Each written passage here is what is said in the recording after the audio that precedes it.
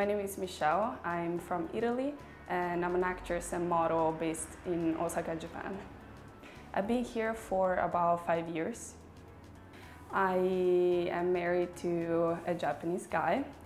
We met in Taiwan 5 years ago, and I didn't have a plan when I was back in Italy, so I decided to just come here and start a new adventure.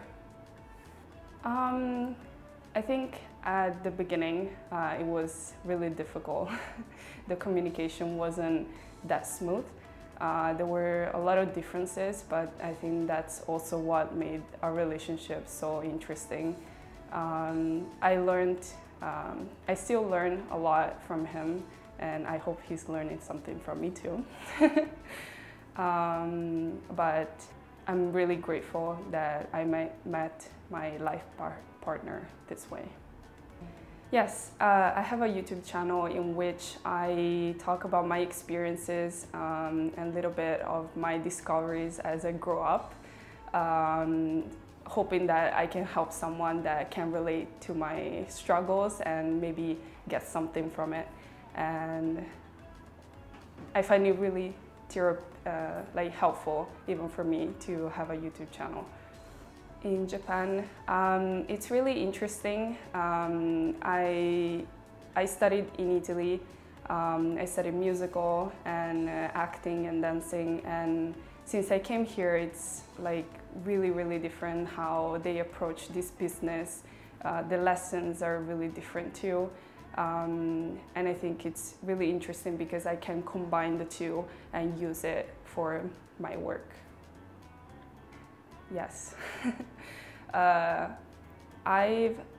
was really lucky to work with a team that is very international, but at the same time, when there was some conflict, it was a little difficult to kind of like resolve it right away because of the way I think Japanese people face conflict, or I think their priorities are really different compared to Western countries, and they're very detail-oriented. So at first I think there was a lot of conflict in terms of communication and ideas, but then I think the diversity helped also to be more creative and find new solutions quicker. When I started dating with my husband, I think one of the first things that really shocked me is that he wasn't hugging me or kissing me in public. And in my country, that means you're hiding something. But I very slowly understood that here it's about, I think, respect for the people around you. I think that for some people, it bothers like some people, so he didn't want to be too affectionate or show too much in public. And also, he was shy, I think, and at first I couldn't understand, but slowly being here, I tried to be more empathic and understand the situation.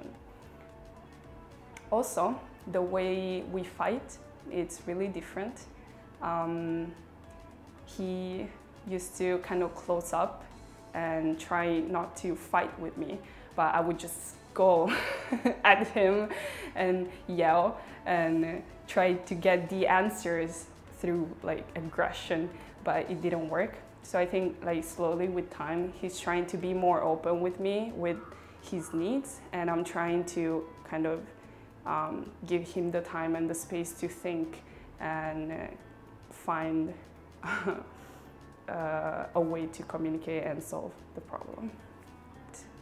I think my personal relationships, it's always been a struggle for me here because my needs are kind of different from, I think, the general population here in Japan. Back in Italy, like my friendships were always kind of like almost like a family, really close, really touchy, hugging, meeting each other every single week. And I'm also from a really small town, and so we were all really close. But here, I figured that sometimes I even have to take appointment for 1 month later to meet some of my friends. So I think I really needed that closure with my friends here, and I think I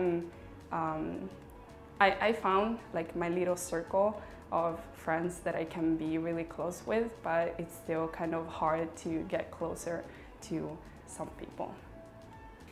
My future goal, I really love acting and telling stories. So I think I would love to be in bigger projects, in a movie, in a TV show, that could tell a story and even help like people understand different perspectives and social issues, political issues, something that could send a message. So I think my future goal is to be part of a project like this. Back in Italy, all of my friends were really outspoken and very straightforward about their ideas. And I think here in Japan, most of the people that don't want to speak up about it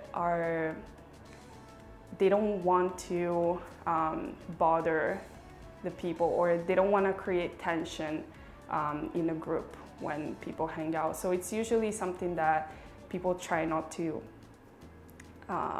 discuss about it. So I think it's a habit, and of course it's a cultural thing. But I noticed that slowly with internet, there's like small communities that are Japanese small communities that are trying to discuss these kind of things. But I think, for example, there's so many people suiciding,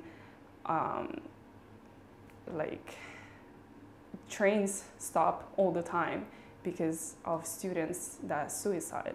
And I think it got so frequent that people don't talk about it because they're used to it, and that's really shocking for me. So I think if we could use like bigger platforms to talk about these kind of things and normalize it, more people would talk about it, even in Japan. A piece of advice that I have for the people that want to come and work and live here is to be prepared. Read blogs that talk about Japan, watch videos that talk about Japan, do your research about documentation and visa and paperwork, because it's really tough to get all the certificates and everything correct. So please do that and be positive, because you really need that energy to get through all the process. But once everything is done, Japan is a really really convenient and welcoming country, so resist. I have a really active Instagram. I post almost every single day, and please go check my YouTube channel here. Thank you for watching this video, subscribe, and see you next video.